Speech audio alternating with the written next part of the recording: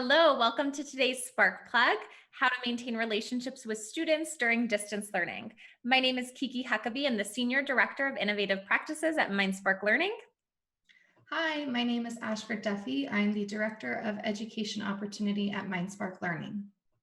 We've left both of our emails here, so feel free to reach out with comments, questions, feedback. We always appreciate it. Today, we're talking about relationships with students and how to maintain those during remote or distance learning. So I want to start us off with this quote. It says, "No significant learning occurs without a significant relationship." I think that that is true now more than ever before. Students are craving that stability, that consistency over and over. That's what we hear in the last few weeks is students want the consistency of school, right? They want that schedule, and that's something that they're not necessarily getting right now. So Ashford and I have come up with some great tips to continue to build those relationships. I know for me, my fifth graders appreciated anything that was competitive, that got them excited, that was framed in a game way. And so think about how you can do a trivia day, whether this is academic or not.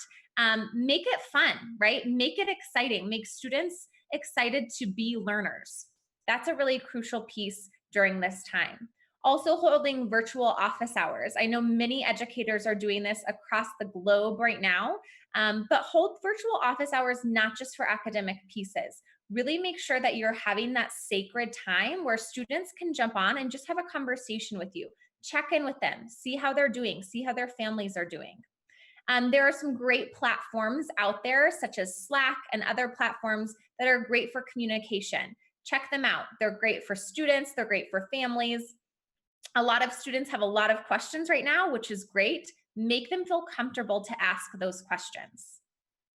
Hosting virtual dances or karaoke days, getting them excited. My kids, I know, would love this. Virtual escape rooms or scavenger hunts. Again, this is all about empowering them to facilitate their own learning during this time. Really making sure that students are able to connect with their peers. It's important not only that you are maintaining relationships with students, but also they are maintaining those relationships with peers. And sometimes a teacher has to help facilitate that, especially if they're younger. Checking in with students and their families. So not only students, but also making sure their families are okay, figuring out what they are struggling with and how you can help. Some great tools for this. One of them is Google Voice. Google Voice is great because you can actually set up a personal phone number that isn't connected to your real phone number. So you can make phone calls to families, check in, see how they're doing, but they don't have access to your personal number.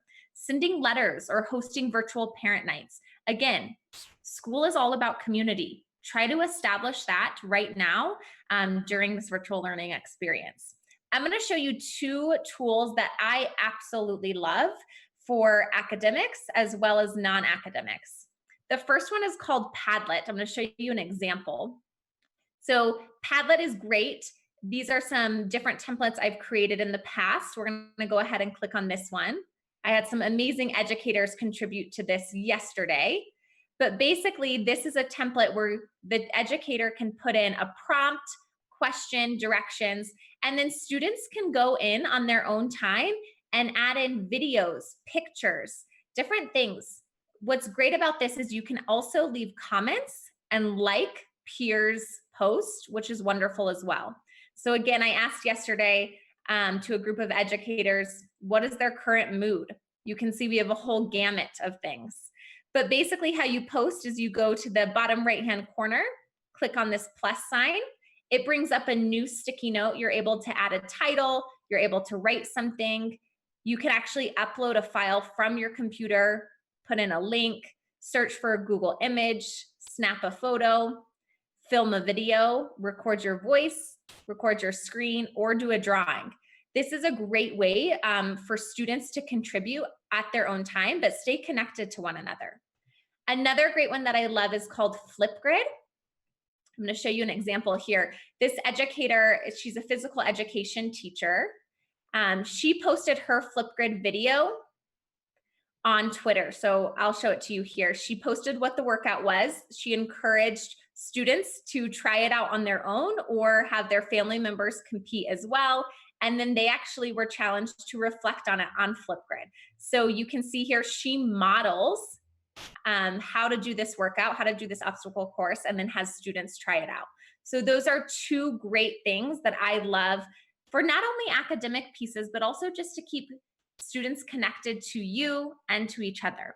So again, that's Padlet and Flipgrid.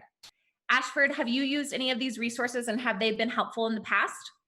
Absolutely. I would say that Padlet is also a great resource for discussion boards. So if you're assigning students something that they need to reflect on, maybe a reading, and you want them to respond via discussion, they can do that and then comment on each other's posts, like them, etc. And then for Flipgrid, similarly, if students are in orchestra or band or something like that, and you still want kids to practice their part on their instrument, you could have them upload video evidence of them practicing for that performance. Yeah, we know a lot of school districts and different schools around the country are not holding live sessions for students because of a lot of different reasons, right? Tech issues, accessibility, a lot of different reasons. So if you can have a space where students can still connect on their own time, it doesn't have to be at that specific time that you hold class. That's a great way, right? To stay connected, to check in on students, to really check in on their social emotional well-being as well. Thank you, Ashford. That's awesome. So again, Padlet and Flipgrid, really making sure that you're checking in not only on on students, but as well as with their families. Really figuring out what you can help with during this time. We've seen amazing videos that people have sent us of educators driving through a neighborhood as a parade and just waving to their students, right? Little things like that where students know that you're thinking about them during this time. So I want to end us with this quote. It says, "For all students to excel, teachers must learn about them and connect with each child.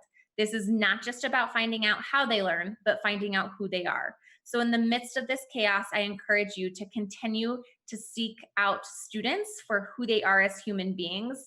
I know you do this really well in a physical space, but think about how you continue to do that during this virtual time. Thank you guys so much.